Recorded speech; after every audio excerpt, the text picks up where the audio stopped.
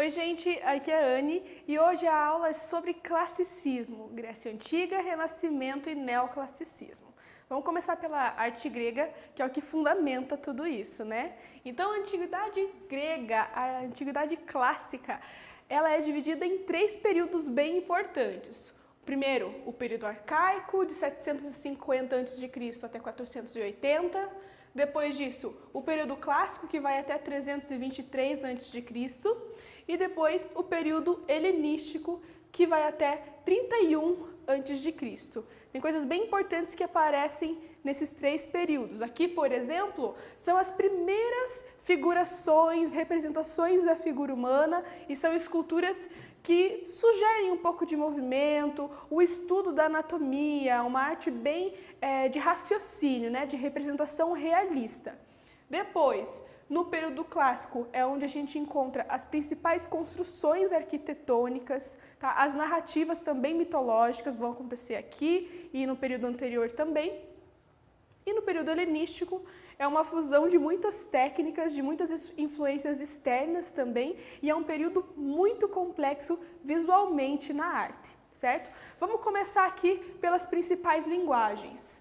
Na pintura, a figura humana é plana, tá? Na pintura, especialmente aquelas que aparecem lá nos vasos gregos. Essas figuras humanas, elas muitas vezes são de pessoas comuns, mas na maioria elas são ilustrações de cenas mitológicas, dos heróis, ok? A ideia de representação simplificada da perspectiva e do volume através do escorço. Então você não tem uma ideia tão complexa com luz e sombra representando o volume, mas você tem, por exemplo, a representação do corpo na sua perspectiva. Qual braço fica na frente, qual fica atrás, sem nenhuma distorção, como acontecia, por exemplo, lá no Egito Antigo.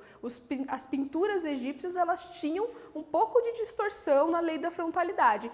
Aqui não, aqui respeita a perspectiva humana, respeita as proporções do corpo também.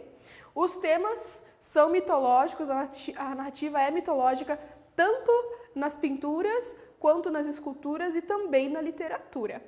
E a ilustração bicolor na superfície dos vasos. Olha aqui, ó, eu tenho um vaso como esse. Muitos vasos eram mais orgânicos, né, no seu formato, mas a cor do próprio vaso, ela vai fazer parte da pintura. Muitas vezes se usava a tinta preta, ou então pintava todo o vaso de tinta preta e esculpia aparecendo a cor da argila, da cerâmica. Podia ter essa inversão também. Falando em cerâmica, ela vai ter muitas vezes o sentido utilitário e decorativo, tá? Não só narrativa, tá? Mas o seu sentido utilitário. Para que serve um vaso de cerâmica, né? Ele vai ter sentido no dia a dia também. A escultura, ela vai também trabalhar muito com a representação do corpo humano, como eu já disse, a ideia de realismo, tá? A ideia de representação do corpo humano na sua integridade, mas também de maneira idealizada. Então a ideia aqui, ó, por exemplo, tem uma ilustração aqui da Vênus de Milo, né? Uma figura feminina que foi encontrada na ilha de Milo. Ela não tem os braços ali. A ideia, talvez, a sugestão é de que esse braço aqui foi deslocado, né? Ela foi encontrada enterrada, soterrada, né? Depois de um tempo foi encontrado um braço lá com uma maçã na ponta, só que ninguém sabe até hoje se realmente esse braço é da Vênus, tá? Então eles estão separados lá no museu. Bom, então assim, a representação do corpo humano, ela é ao mesmo tempo realista e ao mesmo tempo idealizada. O que significa isso? O conceito de beleza aqui, o que é belo, apreciado, né? É uma figura humana perfeita. Assim, é muito complicado falar de conceito de beleza, né? Mas para eles a ideia é, por exemplo, na figura masculina, musculatura definida, representando a sua força, o seu poder, e no caso da figura feminina, ainda assim tem a musculatura evidente, mas não tão forte como era a figura masculina.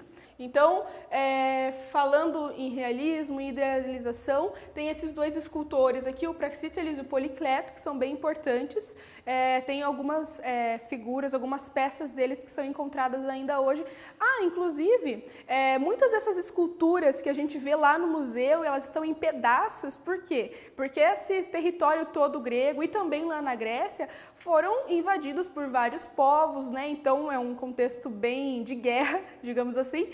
E aí muitas dessas esculturas acabaram se quebrando, se perdendo, mas por mais que se encontre lá um dedo, um pé, uma mão, ela é colocada em evidência lá dentro do museu para a gente ter acesso a isso. Tem muitas esculturas que foram remontadas, né? Foi possível remontar, mas enfim, elas estão lá sendo preservadas.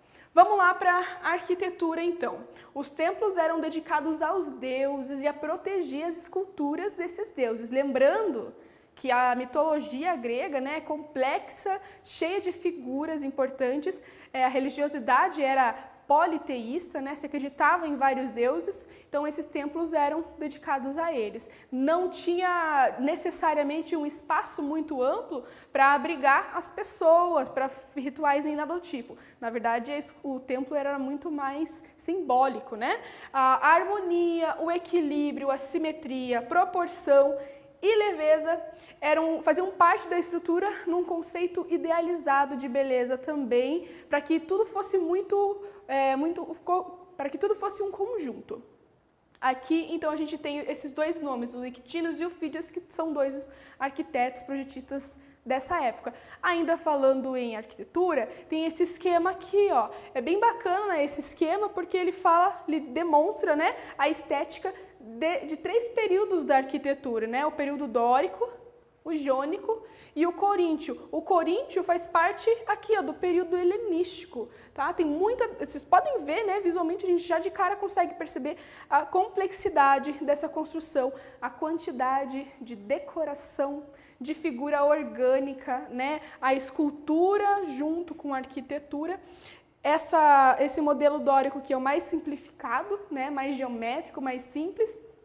E nesse esqueminha aqui, a simplificação da coluna, como ela era construída, né? Construída com anéis de pedra e muitas vezes revestida com mármore, porque o mármore ele é visualmente impactante, é uma pedra riquíssima, né? Então era revestido de mármore, mas a coluna não é uma peça inteira única, ela é um encaixe desses vários anéis aí. E aqui para fechar então, o dórico, que é esse modelo aqui embaixo, muito mais geometrizado, o jônico na sequência, que tem um pouco mais de ornamentação, e o coríntio aqui embaixo, com essa complexidade de decoração também, com as folhagens, algo muito complexo e muito orgânico também. Então, finalmente, aqui o Renascimento, que é um período marcado pela renovação do pensamento na filosofia, nas ciências naturais, na literatura e na arte, com os valores clássicos de Grécia e Roma, principalmente os valores físicos, né, a aparência da figura humana nas esculturas. As esculturas gregas e romanas, que eram extremamente realistas, vão ser referência para os pintores renascentistas trabalharem com o realismo, né, com a expressão do volume, da perspectiva, das proporções humanas. Então vamos lá. Qual que é o panorama da época, né? Falando principalmente na Itália, né, que é onde nasce o Renascimento artístico. Então, a união entre o comércio, as cidades em desenvolvimento, a burguesia, o clero e a nobreza, eles favorecem uma atmosfera de mecenato e produção artística. E o mecenato é um processo, então, de financiamento, de patrocínio de obras de arte, pensando, então, na nobreza, no próprio clero e nos burgueses que estão em ascensão, né, financeiramente. E aí, por meio da arte, eles querem ostentar, representar, expor mesmo o seu poder e a sua riqueza. Vamos lá, então, para a pintura. A pintura, ela começa aqui com a representação muito correta, muito exata da perspectiva linear, que é a representação das dimensões de um espaço, de um objeto, imitando a visão humana mesmo, com todas as suas distorções, né, com as curvaturas, e, enfim, a perspectiva, ela imita basicamente a visão humana. Aí, obviamente, que esse processo vai ajudar muito na construção, né, nos projetos arquitetônicos, vai ser bem bacana nessa época.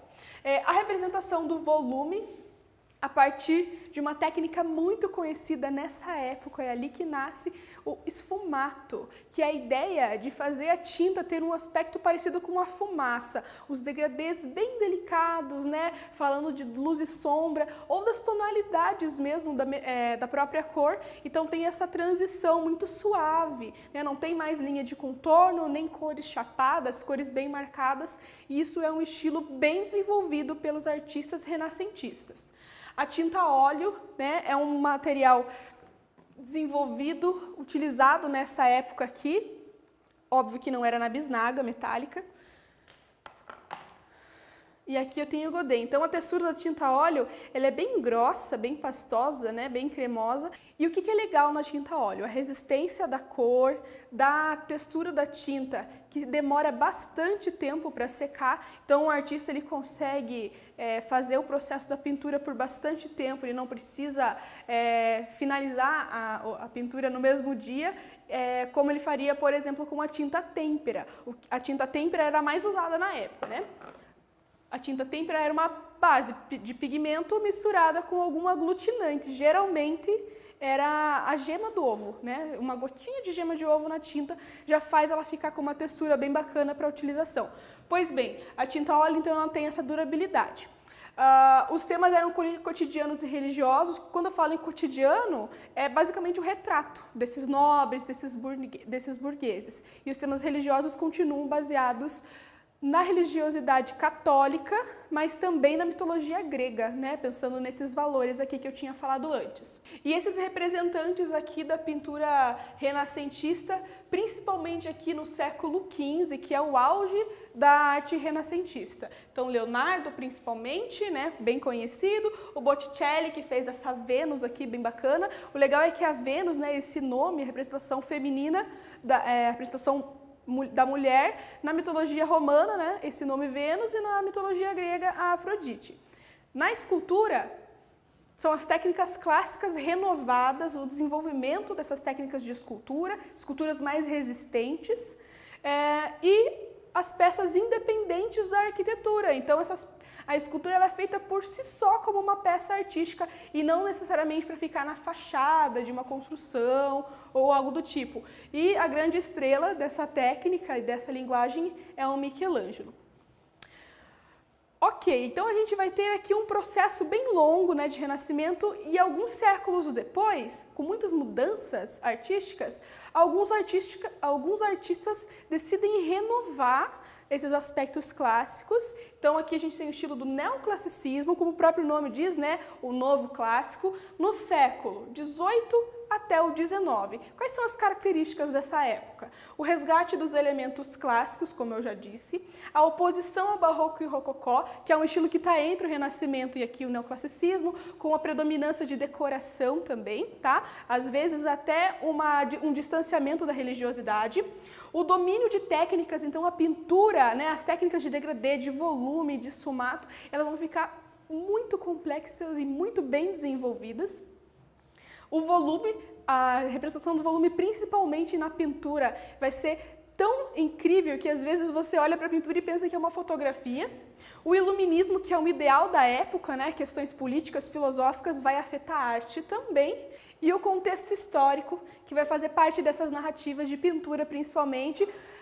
Tem vários artistas nessa época aqui, mas principalmente o Jacques Ledevie, que é o pintor desse quadro aqui, ó, aqui tem um trecho, A Morte de Marat, que é uma pintura que está bem relacionada com o contexto da Revolução Francesa. O Marat, ele foi retratado aqui como um herói pelo Jacques Ledevie. Ele era um jornalista, ele tinha um jornal chamado O Amigo do Povo. Ele era um simpatizante da Revolução e ele foi assassinado. Então, veja, não tem uma expressão de dor, de sofrimento, nada do tipo. Ele está com uma expressão serena no rosto, apesar de ter sofrido várias facadas. Inclusive, tem apenas um ferimento aparente ali no corpo dele. Certo? Então a gente finaliza aqui essa aula que foi do classicismo grego até o neoclassicismo no século XIX. E é isso, até a próxima!